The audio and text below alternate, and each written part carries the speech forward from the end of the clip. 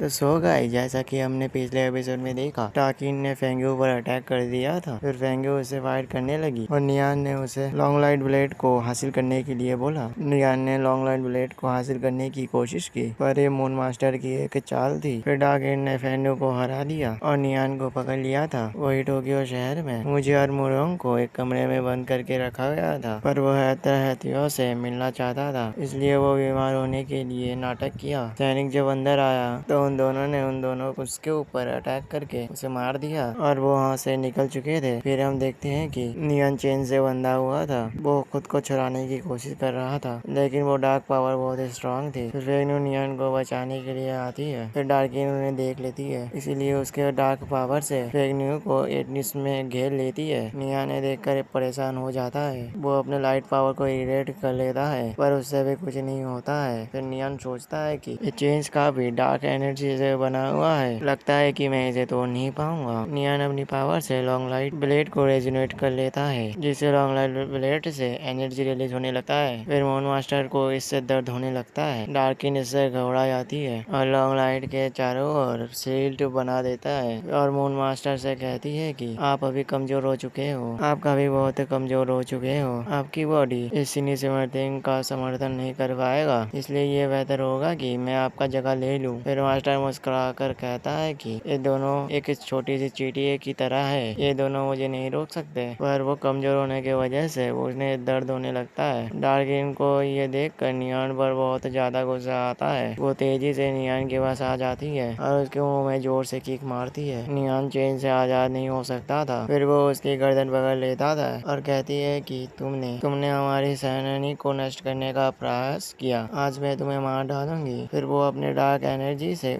Neon के mind पर प्रहार करने लगती है, जिससे नियॉन को बहुत ज्यादा दर्द होने लगता है। डार्किन कहती है कि तुम अपनी एबिलिटी को बहुत ज्यादा आते हो, तुम्हें डार्क पावर का एहसास होगा। नियॉन के क्वेश्चंस में भी डार्क रोड भी उसके तरफ बढ़ने लगती है, जो डार्क नेन की पावर से आई थी। नियॉन उससे भागकर बचने लगता है। डार्किन मेरी मेंटल पावर को दूषित कर रही है, इसलिए मुझे जल्दी से इस डार्क पावर से उभरना होगा। पर तभी उसके ऊपर बहुत सारे स्टोन गिरने लगते हैं। फिर फेंग्यू पर भी बहुत सारे वेट्स हमला कर देते हैं। फेंग्यू अपनी सोल से सभी को मारने लगती है, पर इधर डार्क नाइट की पावर बहुत ज्यादा थी, इसे नियॉन का सामना कर नहीं पा रहा था और उसे बहुत ज्यादा पेन हो रहा था। फिर डार्किन भी कहती है कि जो भी मून मास्टर को ठेस पहुंचाना चाहेगा, मैं उसे ऐसे ही करूंगी और उसे मरना होगा। फिर फेंग्यू इसे देख लेती है, फिर उसे बहुत ज्यादा गुस्सा आता है। फिर वो अपने पावर से सभी वेट्स को नष्ट कर देती है और तेजी से डार्किन पर अटैक कर देती है। डार्किन सेना को पता चल जाता है कि वो अटैक करने वाली होती है, इसलिए वो अपनी पावर से उसको डिफेंस कर देती है। नियॉन के नियंत्रण में भी बहुत ज्यादा डार्क एनर्जी चले जाती है। नियॉन उस डार्क नोट से बच रहा था, पर उनकी संख्या बहुत बढ़ चुकी थी। वो डार्क रोड से नियॉन को पकड़ लेती है। फिर नियॉन सोचता है कि मैं इन मैजिकल रूट्स को नहीं तोड़ पाऊंगा, लेकिन मैं लॉन्ग लाइट ब्लेड को जरूर प्राप्त करूंगा। फिर वो अपने तियानवान पॉइंट को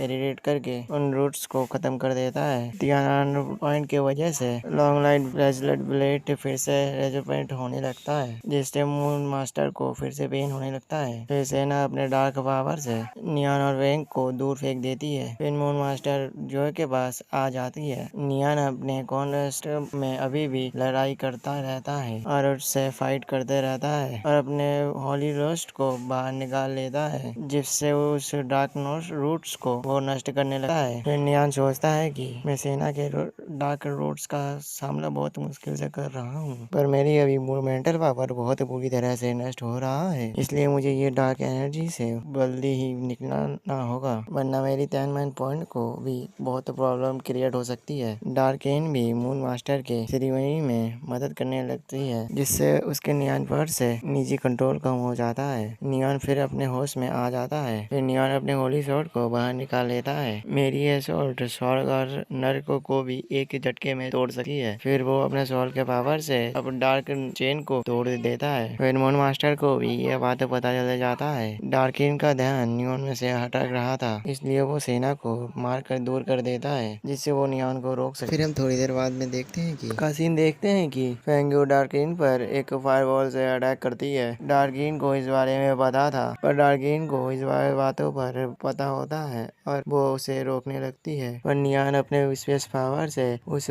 फायरवॉल को मूव करने लगता है। डार्किन का ध्यान भटक जाता है। फिर नियान भी स्पेस पोर्टल से वहां आ जाता है। डार्किन उसके पीछे जाने लगती है। फिर मून मास्टर भी अपने पावर से कई सारे स्फीयर को क्रिएट कर लेता है जिसे वो नियान के पीछे भेजता है। नियान उस स्फीयर के हमलों से बचने लगता है पर वो स्फीयर उनका पीछा नहीं छोड़ रहे थे। नियान उसे स्फीयर को लेके बबलू घास की ओर जाने लगता है और इसी के साथ यह एपिसोड यहाँ पर खत्म हो जाता है।